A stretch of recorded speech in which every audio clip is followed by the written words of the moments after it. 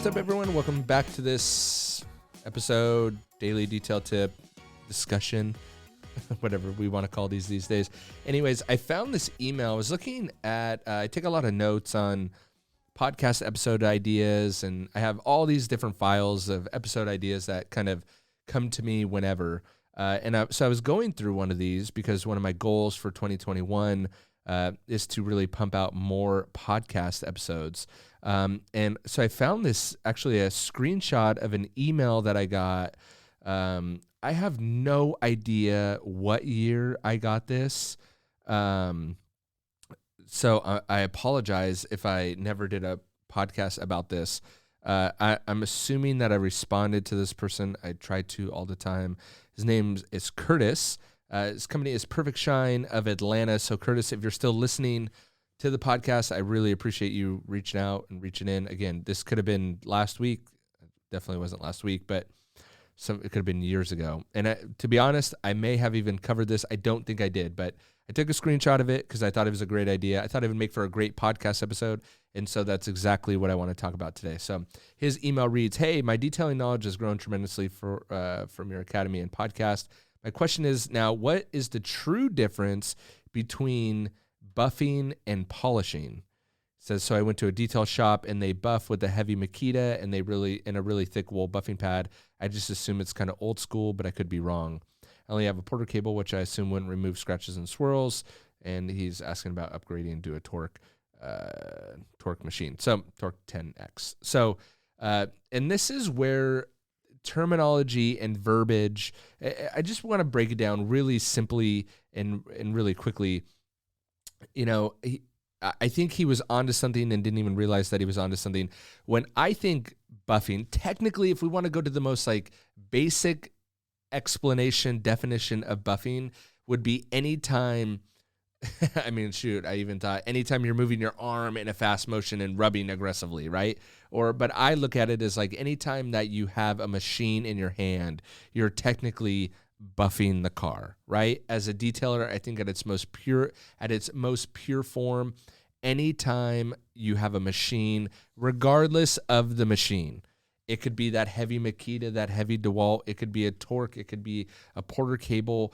I mean, let's not forget, in 2008, the Porter cable 7424 was the standard.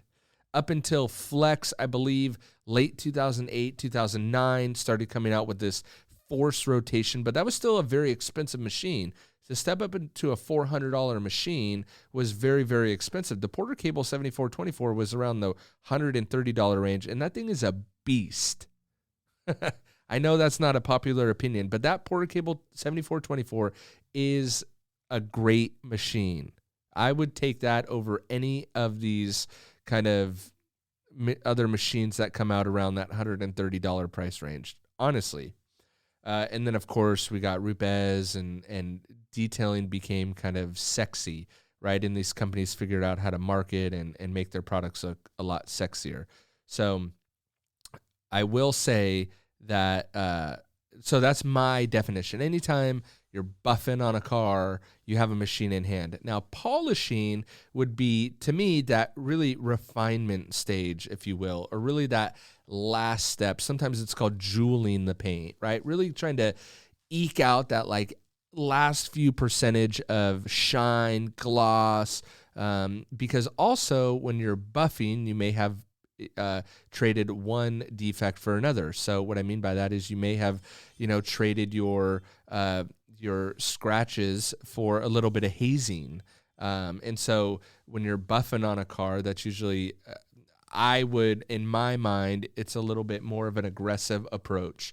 And then polishing is really that refinement or really that like last step. Again, sometimes called jeweling the paint. That is kind of a, old school term, I guess you would say. And then what Curtis brought up about buffing, is it old school to go with a, big rotary and blah, blah, blah. Yes and no. Yes, that is old school in a way. The reason why it's old school is because machines have come out that haven't replaced a rotary, but will say that they've replaced the rotary. but really it's taken with a rotary, you can really mess up the paint. So if you're not trained in a rotary or you don't have experience with a rotary, you can get in, even if you do have both those things, you could really get yourself into trouble. You could burn the paint extremely fast, right? So what companies realize is that that is a barrier to entry, right? Learning how to rotary is a barrier to entry. We can sell a machine that you can't burn the paint, that anyone can pick up. So that's a bigger market. When anyone can pick up a machine and work it, that's a lot bigger market than only people that are skilled, right? And so though a rotary machine may be old school, it is still by far the fastest way to correct paint. Now, there's all these guys that claim they could finish out with a rotary, and that's great, and I'm sure they can, whatever. But I think, my opinion is, no matter what, with a rotary, you're still going to have, you're not going to be able to have that perfect clarity in the paint. You may see some things here and there, just the nature of how the machine spins. So if you do a rotary, you most always will have to follow up with a dual action. But for a long, long, long time, it was rotary only or rotary and then a 74-24. That was the two-step process. That's why I laugh when I hear about all these multi-step paint correction steps, when really it should really only come down to about 2 steps, and that's cutting and polishing, buffing and polishing. You're cutting with a rotary and you're finishing with a DA. Now you can cut with a DA and you can finish with a DA, and the compounds and the polishes are getting really good too. But for a long, long, long time, and a lot of the old school guys, there's nothing that you want to do a fast paint correction, quick, hit it with a rotary. Wool pad is pretty aggressive, but you could do a foam pad and then hit it with a DA, and you can get perfect paint correction very, very quick. So Curtis, I agree. While it may seem to be a little bit old school, we've had these companies kind of come in and tell you otherwise and throw some marketing dollars behind that and tell you that a DA is the only best way. It's the new way. I will agree that it's a way to polish, and you're always pretty much going to have to finish out with a DA.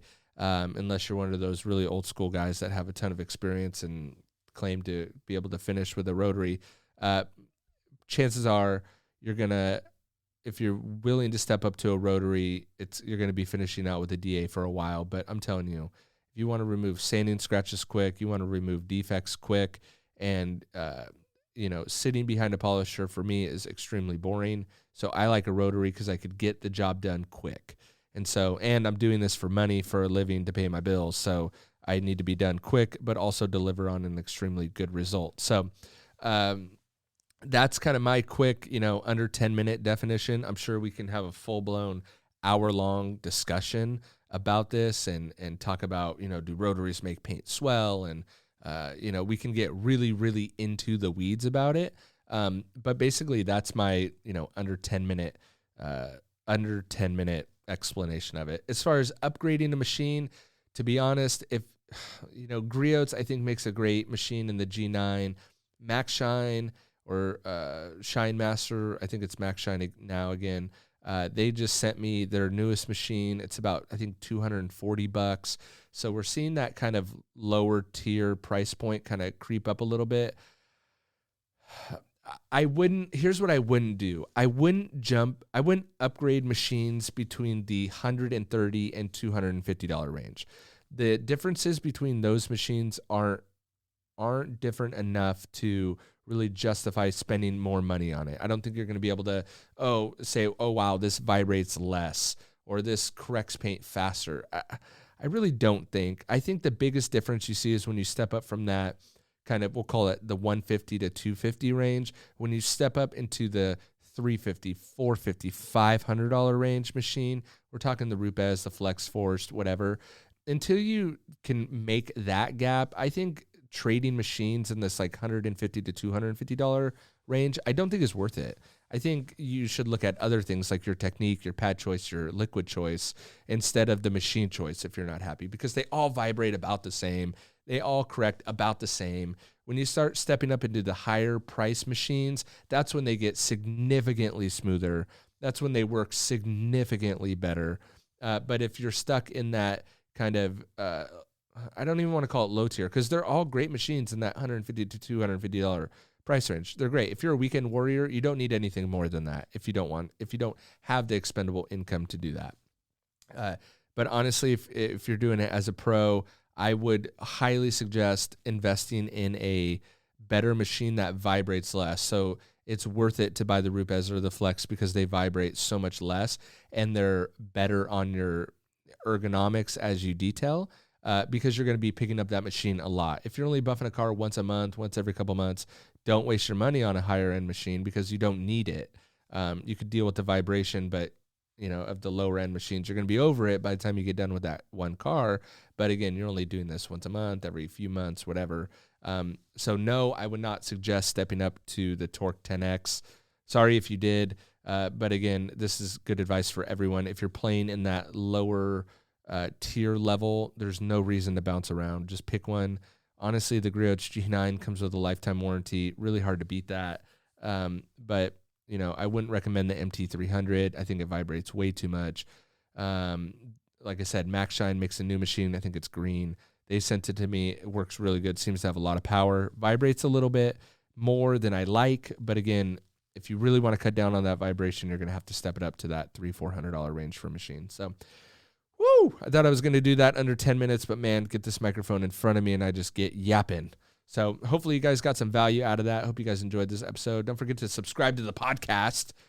And you can follow me over on Instagram. I linked everything in the show notes below if you want to follow me or send me a DM to make it easy. If you have a question like Curtis, please reach out, send it, and I will try my best not to make it take as long as I think it did for Curtis to get a response. But I do try to respond to you, and then I'll do a podcast on it as well. So anyway, hope you guys enjoyed that episode. Hope you guys subscribe, and I will catch you on the next episode. See ya.